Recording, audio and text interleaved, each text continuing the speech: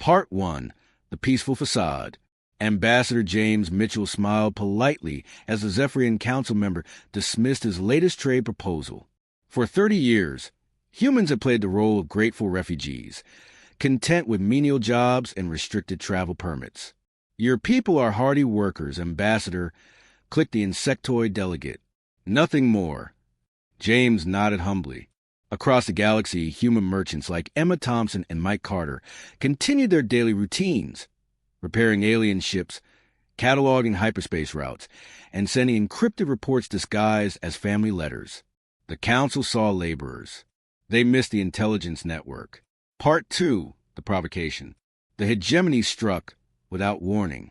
3 human colonies vaporized in coordinated attacks. Admiral Kate Harrison watched the feeds from her hidden command center as 50,000 civilian refugees died aboard the transport ship New Hope. Send the activation codes, she ordered quietly. Across council space, seemingly ordinary humans received a simple message. The mask comes off. Jack Reynolds, a humble mechanic on Proxima Station, opened his toolbox with trembling hands. Beneath the wrenches lay military-grade explosives and targeting systems. Part 3. The mask drops. Within 6 hours, the galaxy's perception of humanity shattered.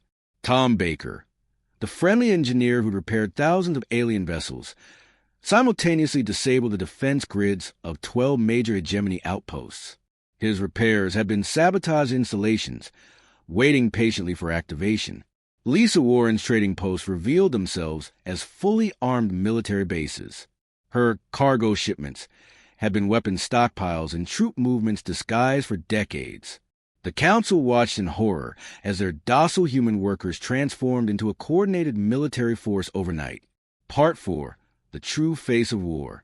The hegemony had never faced an enemy from a death world. Paul Anderson led strike teams that could operate in atmospheric conditions that would kill most aliens. They moved through toxic environments and high radiation zones as easily as walking through a park. Rachel Davis deployed biological weapons designed specifically for each alien species, harmless to humans, devastating to their targets. Her teams had spent years studying alien physiology under the guise of medical aid. The hegemony's advanced technology meant nothing against an enemy that fought without honor, used their enemies' weaknesses against them, and refused to surrender even when facing certain death. Part 5. The New Reality. The war ended in 18 months. The hegemony no longer existed. Ambassador James Mitchell stood before the Galactic Council, no longer humble. Behind him, Admiral Kate Harrison and General Robert Clark waited silently. "You want to see our true face," James said calmly. "For 30 years, we chose restraint. We let you believe we were grateful refugees who needed your protection." He gestured to the star charts showing human military positions, not just around Earth, but throughout Council space. "The truth is, we were protecting you from yourselves. The galaxy is a dangerous place. Someone needed to watch over it." The Council realized with growing horror that humanity had never been contained. They had been containment. End of story. The first attack came at 0347 Galactic Standard Time. New Brisbane Colony went dark in seconds, its million inhabitants silenced before they could even send a distress signal. The hegemony's warships dropped out of hyperspace like predators, their weapons already charging as they emerged from the jump. Admiral Kate Harrison was drinking coffee in her hidden command center when the alerts started flooding in. The facility was buried deep beneath Luna Station, disguised as a mining operation that had been abandoned 20 years ago. To the galaxy, Kate Harrison was a retired freight captain who spent her days tending a small garden. In reality, she commanded the largest covert military force in known space. The second colony died 12 minutes later. Port Wellington, home to 2.5 million souls, simply vanished in a flash of plasma fire. The hegemony's broadcast began immediately afterward, declaring that humanity would surrender unconditionally or face complete extinction. Kate's hands remained steady as she watched the tactical displays. 30 years of preparation had led to this moment. She had hoped it would never come, but she had always known it was inevitable. Some species in the galaxy believed that might made right, and eventually one of them would test humanity's resolve. The third attack hit New Cardiff Colony just as the council was convening an emergency session. The alien delegates were still arguing about appropriate responses when the hegemony's final ultimatum arrived. Humanity had 72 hours to surrender, or every human settlement would be destroyed. Then came the transport ship New Hope. Kate watched the feeds in silence as 50,000 refugees tried desperately to escape the system. Families with children, elderly couples, young people who had never known anything but peace. The hegemony's fighters cut through the civilian vessel like it was made of paper. Kate closed her eyes for exactly 10 seconds. When she opened them again, her voice was calm and clear. Send the activation codes. The message went out instantly, carried by communication networks that the aliens had never suspected existed. Hidden transmitters activated across the galaxy, sending signals that looked like routine commercial traffic to any observer. But for humans who had been waiting decades for this moment, the meaning was crystal clear. On Proxima Station, Jack Reynolds was under the belly of a Centaurian freighter when his wrist communicator vibrated with an unusual pattern. He had been a mechanic for 15 years, known throughout the station for his cheerful attitude and skilled hands. The alien crews trusted him completely, often leaving their ships unlocked while he worked. Jack's hands trembled as he read the simple message. The mask comes off. He finished his current repair with mechanical precision, his mind racing through procedures he had memorized but never hoped to use. After the ship's captain left, Jack returned to his workshop and opened his toolbox with shaking fingers. Beneath the layer of everyday tools lay equipment that had been waiting patiently for 15 years. Military-grade explosives, each one designed to look like a standard repair component. Targeting systems disguised as diagnostic equipment. Communication gear that could tap into any network on the station. Jack had been preparing for this day since he was 25 years old. Similar scenes played out across the galaxy. On the trading hub of New Geneva, restaurant owner Lucy Chun received a message while serving lunch to a table of council diplomats. She excused herself politely, walked to her kitchen, and began assembling weapons from components hidden in her cooking equipment. Cargo pilot Robert Davis was making a routine delivery to a military depot when his orders changed. Instead of unloading supplies, he began distributing equipment that had been hidden in his ship's hull for years. The depot's guards never suspected that the friendly human pilot was arming a resistance cell right under their noses. Teacher Helen Murphy was leading a class of alien children in basic mathematics when her lesson plan suddenly became irrelevant. She dismissed the class early, citing a minor emergency, then began converting her classroom into a communication hub. Her students' parents had always praised her dedication to education. They never realized she had been studying their security protocols and mapping their government building for years. Across council space, thousands of humans began shedding their peaceful facades. The friendly shopkeeper revealed hidden weapon caches. The humble gardener activated surveillance networks. The cheerful nurse began preparing medical facilities for incoming casualties. The transformation was so swift and coordinated that many aliens didn't realize what was happening until it was too late. These humans had lived among them for decades, earning their trust and learning their weaknesses.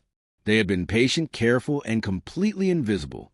But the hegemony had crossed a line that could never be uncrossed. They had murdered civilians, threatened children, and declared war on a species that understood warfare better than any other in the galaxy. The mask was coming off, and the galaxy was about to learn what humans really look like when they stopped pretending to be harmless. Within 6 hours, the galaxy's perception of humanity shattered completely. What had seemed like isolated incidents quickly revealed themselves as part of a massive, coordinated operation that had been 30 years in the making. Tom Baker had been the most popular engineer in the Outer Rim territories. Ship captains would specifically request him for major repairs, praising his thoroughness and attention to detail. His workshop on Titan Base had serviced over 3,000 vessels from every major fleet in the hegemony. Alien crews trusted him so completely that they often left their ships unattended for days while he worked. At exactly 1,400 hours Galactic Standard Time, Tom activated a program he had installed on his workshop computer decades earlier. Across 12 major hegemony outposts, defense systems that he had repaired over the years suddenly went dark. Weapons platforms powered down. Sensor arrays stopped functioning. Communication networks collapsed. The hegemony commanders couldn't understand what was happening. Their technicians ran frantic diagnostics, but everything looked normal. The systems appeared functional, but they simply wouldn't respond to commands. It took them precious hours to realize that the friendly human engineer who had fixed their ships had actually been installing backdoors into their most critical systems. Tom's repairs had always been perfect, his work never questioned. No one suspected that each fix came with a hidden modification, a tiny piece of code that would lie dormant until activated. When the signal came, 30 years of careful sabotage activated simultaneously. Meanwhile, across the galaxy, Lisa Warren's trading operation revealed its true nature. For 25 years, she had operated a chain of commercial outposts along the major shipping lanes. Her warehouses stored everything from agricultural products to rare minerals, and her transport ships were a common sight at spaceports throughout Council space. When the activation code arrived, Lisa's warehouses began opening concealed sections that had been hidden behind false walls for decades. What emerged wasn't grain or manufactured goods, but weapons, vehicles, and fully equipped soldiers who had been posing as dock workers and cargo handlers. Her trading post on Kepler Prime transformed in minutes. The loading dock doors opened to reveal not storage areas, but launch bays containing military fighters. The administrative building's walls folded back to expose command centers filled with tactical displays and communication equipment. Even the restaurant where alien travelers often stopped for meals became a briefing room where human officers coordinated strike plans. Lisa herself shed her role as a cheerful merchant. The woman who had been known for her warm smile and generous hospitality now stood in military uniform, coordinating attacks on hegemony supply lines with precision of a seasoned commander. Similar transformations occurred at every major strategic point in the galaxy. On the mining station at Vega 7, maintenance worker Paul Mitchell revealed that his equipment repairs over the years had actually been the installation of a sophisticated sensor network. The aliens suddenly realized that their most sensitive communications had been monitored for decades. Construction supervisor Diana Foster had spent 15 years building civilian infrastructure on frontier worlds. When her crews activated their hidden protocols, those innocent-looking communication towers and power stations revealed themselves as military installations capable of jamming enemy signals and providing defensive fire support. Even the most mundane human occupations proved to have hidden purposes. Chef Brian Cooper, who had run a popular restaurant chain catering to alien tourists, activated sleeper agents who had been working as servers and kitchen staff across the galaxy. These employees had been gathering intelligence on government officials, military personnel, and business leaders who frequented the establishments. The transformation was so complete and coordinated that alien observers could barely comprehend what they were seeing. Humans who had seemed scattered and powerless suddenly moved with military precision. Communication networks of the aliens had never detected coordinated operations across thousands of light years. The council chambers erupted in chaos as reports flooded in from across their territory. The Zephyrian delegate who had dismissed Ambassador Mitchell just days earlier watched in stunned silence as tactical displays showed human forces emerging from hiding throughout council space. "Impossible," whispered the Centaurian representative. "We monitored them. We controlled their movements. We knew where every human settlement was located." Admiral Kate Harrison's voice cut through their confusion as she appeared on their main screen. She was no longer the retired freight captain they thought they knew. Her uniform bore insignia that no alien had ever seen before, representing a military structure that had operated in complete secrecy for 3 decades. "You knew where we wanted you to think we were," she said calmly. "You saw what we wanted you to see. For 30 years, we've been preparing for this day, hoping it would never come."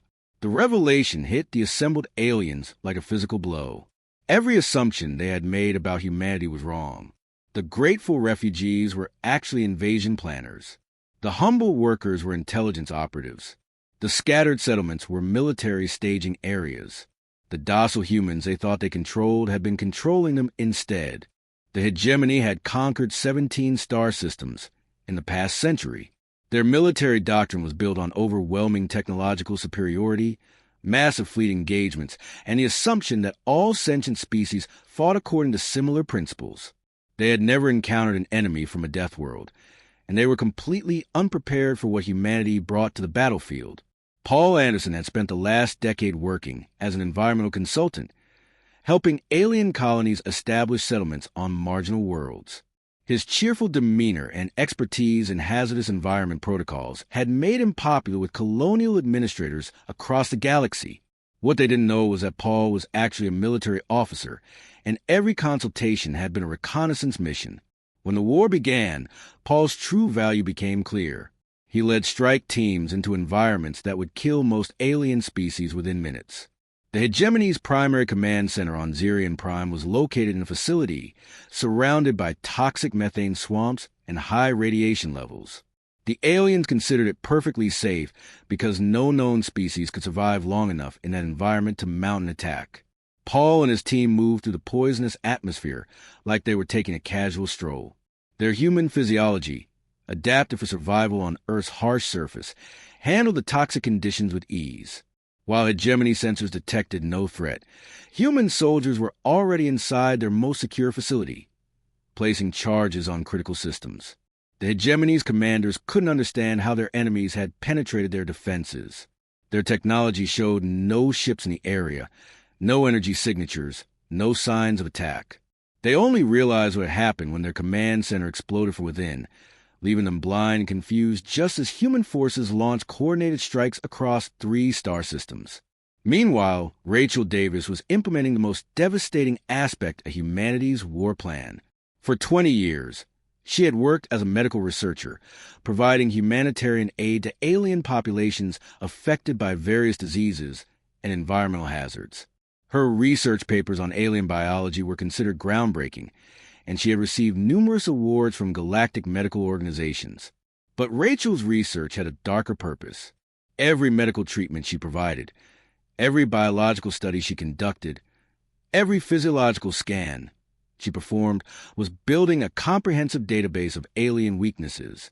She understood how each species' immune system worked, what toxins affected them, and how their biological processes could be disrupted.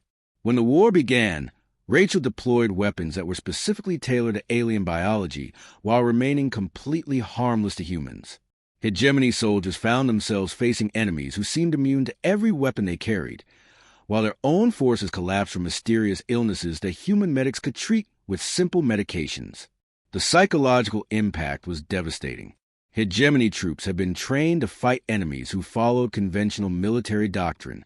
They expected fleet battles, siege warfare, and honorable combat between professional soldiers.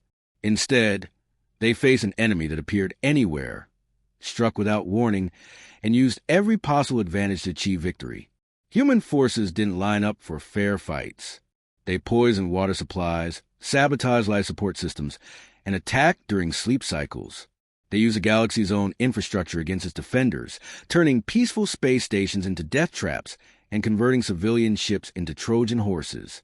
Colonel Janet Foster demonstrated this approach during the siege of Proxima Command. The hegemony had fortified the station with the best shields and weapons available, confident that their superior technology would repel any assault. Janet's forces never attacked the station directly. Instead, they infiltrated the civilian transport ships that supplied the station with food and water.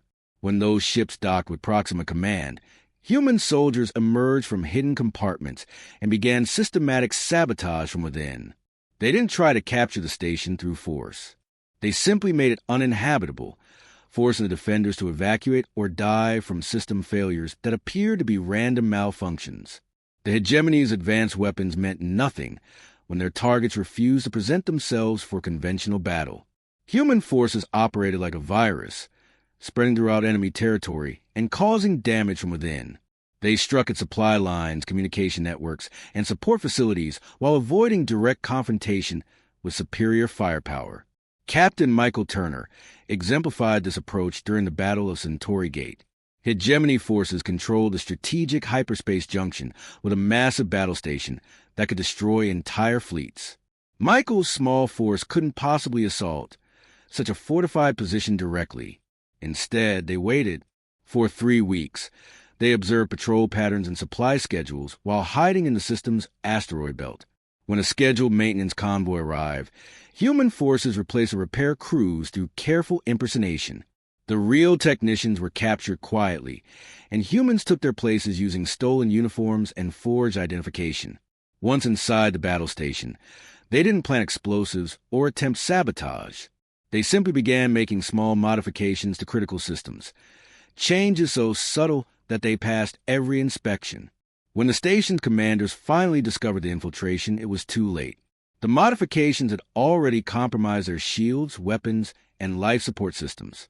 The hegemony was learning a terrifying lesson about warfare against a species that had evolved on a world where everything was trying to kill them. Humans didn't fight for glory or honor. They fought to win, using every advantage available and showing no mercy to enemies who threatened their survival. The war ended in 18 months. The hegemony, which had terrorized the galaxy for over a century, simply ceased to exist. Their fleets were scattered, their worlds abandoned, their government dissolved. Most of their surviving population had surrendered unconditionally and begged for mercy from the species they had tried to exterminate. The speed of their collapse shocked every observer. Military analysts had predicted the conflict would last decades, possibly generations. The hegemony possessed advanced technology, massive fleets, and the resources of dozens of conquered worlds. On paper, they should have been unstoppable. But humans had never fought on paper. They fought with a ruthless efficiency that made galactic military doctrine obsolete overnight. By the time hegemony commanders understood what they were facing, their civilization was already dying from within. The final battle, if it could be called that, took place in hegemony's home system. Admiral Kate Harrison's forces didn't bother with a traditional fleet engagement. Instead, they had been infiltrating the system for months, replacing key personnel and sabotaging critical infrastructure. When hegemony leadership realized their capital world was under human control, their own defense systems had already been turned against them.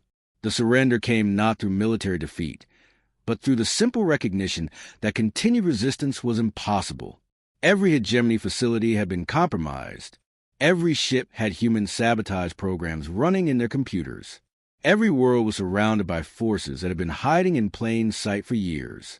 Now, Ambassador James Mitchell stood before the Galactic Council in chambers that felt completely different than they had just 2 years ago.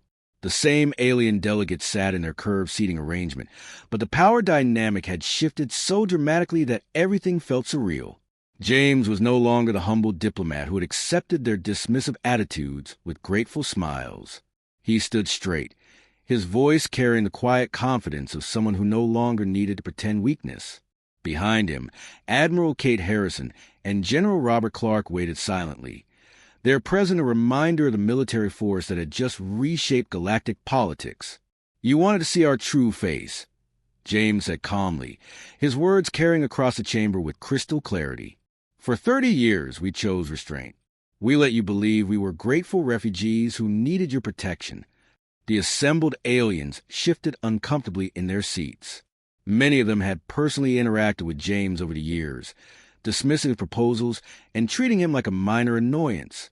The Zephyrian delegate who had called humans nothing more than hardy workers now avoided eye contact entirely.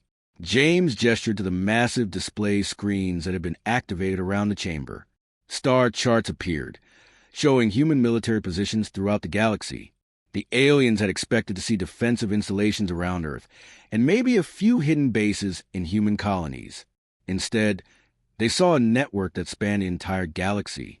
Human forces were positioned at every major hyperspace junction, every strategic resource point, every critical communication hub. They weren't just in human territory. They were everywhere. "The truth is, we were protecting you from yourselves," James continued, his tone never rising above conversational level. "The galaxy is a dangerous place. Someone needed to watch over it." The implications hit the council like a physical blow. For 30 years, they had believed they were managing humanity, keeping a potentially dangerous species under control through careful restrictions and limited freedoms. The reality was exactly the opposite. Humans had been managing them. Every major galactic crisis of the past 3 decades had been resolved through lucky breaks or convenient accidents that the Council had attributed to chance. Pirates who mysteriously disappeared, aggressive species that suddenly became peaceful, trade disputes that resolved themselves overnight. Now they understood that none of it had been luck.